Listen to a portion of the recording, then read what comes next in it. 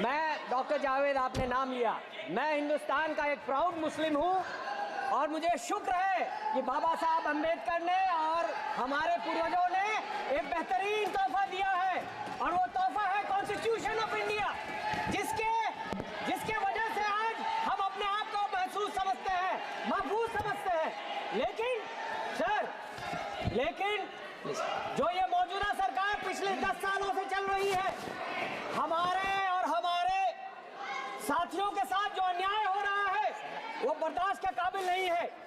आज हमसे डिस्क्रिमिनेट किया जा रहा है, हमारे लोगों को पब्लिकली अब्यूज किया जा रहा है, हमारे साथ लिंचिंग की जा रही है, मारा जा रहा है, हमारे बुजुर्गों को दाढ़ी से नोचा जा रहा है, हमारे लोगों को नमाज पढ़ते हुए लात मारी जा रही है, हमारी जमीनों को छीनी जा रही है, हमारी दरगाहों पे कब्जा की जा रही है, हमारे बच्चों से एक ऐसा शब्द बुलवाना चाहते हैं जो नहीं बोलते और नहीं बोलने के कारण उस पर अत्याचार होता है।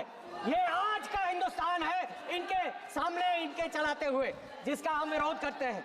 और सर वही नहीं, पिछले कुछ दिनों में 686 हेड स्पीचेस हुए, आपको जान के ताजुब होगा सर। किसको लात मारा आप बताए, तथ्य दीजिए, किसको कहा लात मारा, तथ्य दीजिए। हम देंगे सर। नमाज पढ़ते वक्त दुनिया ने देखा, ताजुब है, आप छुप गए देखने के लिए। सर 686 हेट क्राइम्स हुए हैं, पिछले वारदात, लेकिन उनमें से हेट मॉन्गर्स के खिलाफ कुछ भी नहीं किया इस मौजूदा सरकार ने। और किसके खिलाफ कर रहे हैं कार्रवाई? उनके खिलाफ जो विसल ब्लोअर हैं, उनके खिलाफ जो न्यूज देते हैं, सोशल मीडिया कहता है। मीडिया तो बिका हुआ, हम सब जानते हैं, इन्हीं के कंट्रोल में है।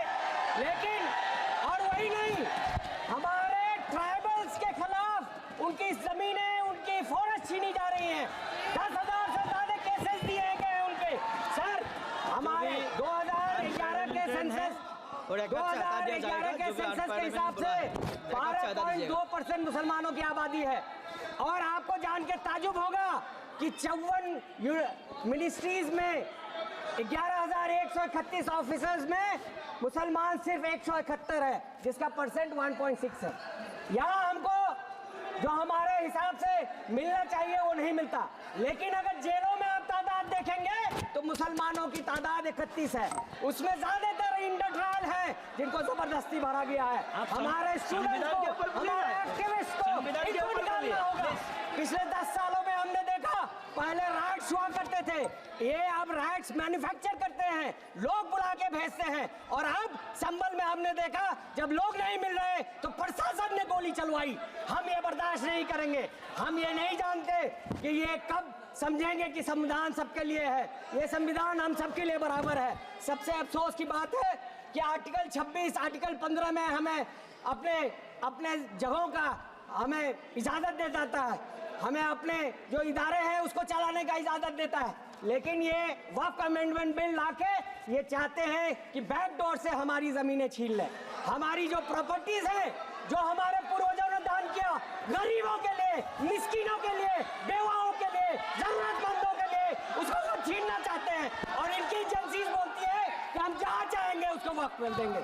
आप जानते हैं सर, और मीटिंग में अभी जेपीसी चल रहा है, आपको जान के ताजुब होगा कि यहाँ पे नॉन स्टेक होल्डर्स को बुलाया जा रहा है। क्यों बुलाया जा रहा है उनको? क्या योगदान है उनका? सर यही नहीं, सबसे अफसोस की बात यह होती है जब आदरणीय प्रधानमंत्री जी कहते हैं सबका साथ, सबका विकास और सबका प्रयास।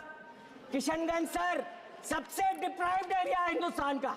हिंदुस्तान की जीडीपी $2600 है और 5% लोगों का अगर इनकम हटा देंगे तो हमारी जीडीपी है 1100 per capita, sorry $1100, which is lower than the sub Saharan desert countries. और वहां पे बिहार का लाया जाए तो $750 है। तो आप अंदाजा लगाइए। और उसमें भी सबसे पिछड़ा इलाका है जो किशनगंज और सीमांचल है। पिछले 12 साल से मैं गुहार लगा रहा हूँ।